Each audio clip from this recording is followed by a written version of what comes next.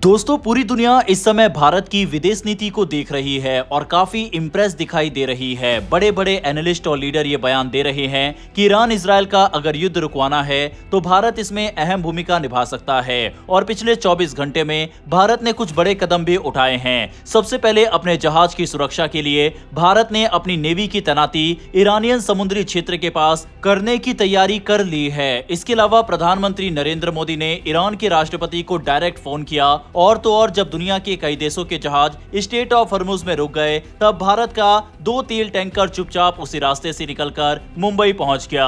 और इसी को देखकर हर कोई हैरान है। जानते हैं इन सभी खबरों के बारे में इस वीडियो में डिटेल में। दरअसल हाल ही में मिडिल ईस्ट में हालात तेजी से बदले हैं। जब अमेरिका और इजरायल ने ईरान पर सैन्य कार्रवाई की तो शुरुआत में ईरान ने जवाब में बड़ी संख्या में बैलिस्टिक मिसाइलों का इस्तेमाल किया, लेकिन समय के साथ स्थिति बदलती दिखाई दे रही है। माना जा रहा है कि ईरान के पास मिसाइलों की संख्या धीरे धीरे कम हो रही है, इसीलिए भविष्य में ऐसे हमले कम हो सकते हैं। लेकिन असली चिंता किसी और चीज को लेकर है। अब ईरान छोटे लेकिन खतरनाक सिस्टम का इस्तेमाल कर रहा है, जिन्हें यूएवी यानी अनमैन्ड अंडर वाटर व्हीकल कहा जाता है। ये छोटे छोटे पानी के अंदर चलने वाले ड्रोन होते हैं जो जहाजों को निशाना बना सकते हैं। खास बात यह है कि इनकी कीमत बहुत कम होती है और इन्हें बड़ी संख्या में बनाया जा सकता है। स्ट्रेट ऑफ हॉर्मुज दुनिया के सबसे महत्वपूर्ण समुद्री रास्तों में से एक है। यहीं से खाड़ी के देशों का तेल दुनिया भर में जाता है। भारत भी अपनी ऊर्जा जरूरतों का बड़ा हिस्सा इसी रास्ते से आने वाले तेल और गैस से पूरा करता है। इसीलिए अगर इस इलाके में जहाजों पर हमले बढ़ते हैं तो उसका सीधा असर भारत की ऊर्जा सुरक्षा पर पड़ सकता है। समस्या ये है कि जो बड़े तेल के टैंकर होते हैं उनके पास खुद को बचाने का लगभग कोई साधन नहीं होता। अगर उन पर पानी के अंदर से हमला हो जाए तो उन्हें बचाना बहुत मुश्किल हो जाता है। ऐसे में सिद्धांत रूप से समाधान यही माना जाता है कि नौसेना के युद्धपोत इन टैंकरों के साथ चलें और उनकी सुरक्षा सुनिश्चित करें। यहीं से असली बहस शुरू होती है। अगर भारत अपने टैंकरों को बचाने के लिए स्ट्रेट ऑफ हॉर्मुज में युद्धपोत भेजता है तो इसका मतलब होगा कि भारतीय नौसेना उस पूरे इलाके की सुरक्षा में सक्रिय भूमिका निभा रही है। लेकिन इससे एक बड़ा जोखिम भी पैदा होता है। अगर किसी भारतीय युद्धपोत पर हमला होता है तो भारत सीधे उस संघर्ष में खिंच सकता है जो मूल रूप से उसका युद्ध नहीं है। दूसरी तरफ एक और रणनीतिक पहलू भी है। कई विश्लेषकों का मानना है कि संकट की शुरुआत अमेरिका और इजरायल की कार्रवाई से हुई थी। ऐसे में ये जिम्मेदारी भी उन्हीं देशों की होनी चाहिए कि वह समुद्री रास्तों को सुरक्षित रखे।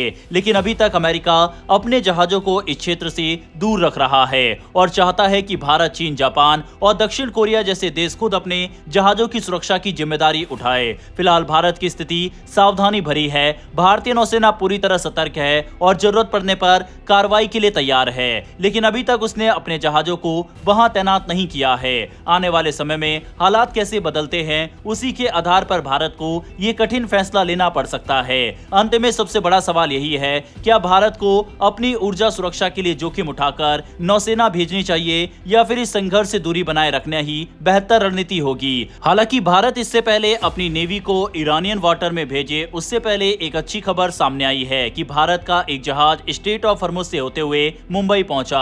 दरअसल एक टैंकर जिसका नाम शैन लोंग बताया जा रहा है, सऊदी अरब के रास तनूरा पोर्ट से करीब 1,35,000 मैट्रिक टन कच्चा तेल लेकर 1 मार्च को रवाना हुआ था। ये जहाज 8 मार्च को स्ट्रेट ऑफ हॉर्मुज में दाखिल हुआ, जो दुनिया के सबसे अहम और संवेदनशील समुद्री रास्तों में गिना जाता है।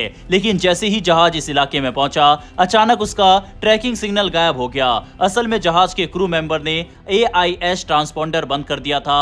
ये वही सिस्टम होता है जो जहाज को पहचान और लोकेशन को दुनिया भर के ट्रैकिंग नेटवर्क तक भेजता है। यानी कुछ समय के लिए ये जहाज पूरी तरह डार्क मोड में चला गया और दुनिया के सबसे खतरनाक समुद्री क्षेत्र को पार करता रहा। करीब एक दिन बाद 9 मार्च को यह जहाज फिर से ट्रैकिंग सिस्टम पर दिखाई दिया और 11 मार्च को यह सुरक्षित रूप से मुंबई पोर्ट पर पहुंच गया।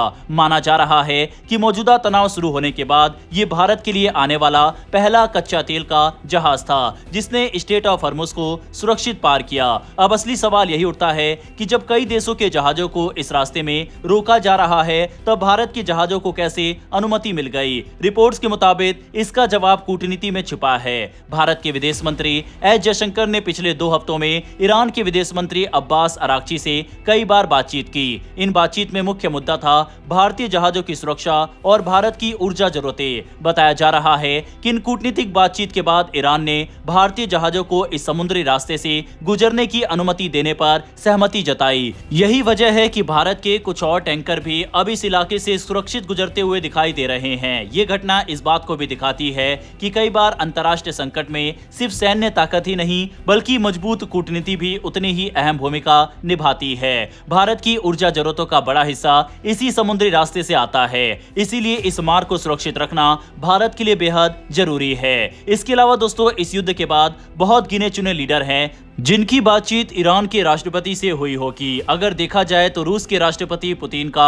नाम ही सामने आता है और अब भारतीय प्रधानमंत्री नरेंद्र मोदी ने भी इस युद्ध के बीच ईरान के राष्ट्रपति से कल फोन पर बात की। इस बातचीत के दौरान प्रधानमंत्री नरेंद्र मोदी ने साफ तौर पर 2 बड़ी प्राथमिकताओं पर जोर दिया। पहली, मिडिल ईस्ट में मौजूद भारतीय नागरिकों की सुरक्षा और दूसरी, भारत तक सामान और ऊर्जा की सप्लाई बिना किसी रुकावट के जारी रहना। उन्होंने इस क्षेत्र में बढ़ते तनाव पर गहरी चिंता भी जताई और कहा कि लगातार बढ़ रही हिंसा से आम नागरिकों की जान जा रही है और बुनियादी ढांचे को भारी नुकसान हो रहा है। प्रधानमंत्री ने यह भी दोहराया कि भारत हमेशा से शांति और स्थिरता का समर्थक रहा है। उन्होंने संकट को खत्म करने के लिए संवाद और कूटनीति को सबसे जरूरी रास्ता बताया।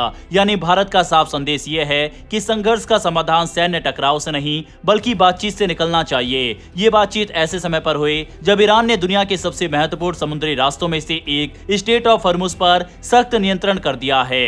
ये वही रास्ता है जहां से दुनिया के लगभग 20% कच्चे तेल और प्राकृतिक गैस की सप्लाई गुजरती है। इस रास्ते में रुकावट आने से वैश्विक बाजार में तेल की कमी और कीमतों में तेज बढ़ोतरी देखने को मिल रही है। इस बीच भारत के विदेश मंत्री एस जयशंकर ने भी अपने ईरानी समकक्ष अब्बास अराक्ची से इस मुद्दे पर बातचीत की। रिपोर्ट के मुताबिक इन कूटनीतिक प्रयासों के बाद ईरान ने भारतीय तेल टैंकरों को इस समुद्री रास्ते से सुरक्षित गुजरने की अनुमति दी है। बताया जा रहा है कि भारत अब ईरान से बातचीत कर रहा है ताकि लगभग 20 तेल और गैस के टैंकरों को सुरक्षित तरीके से गुजरने दिया जा सके।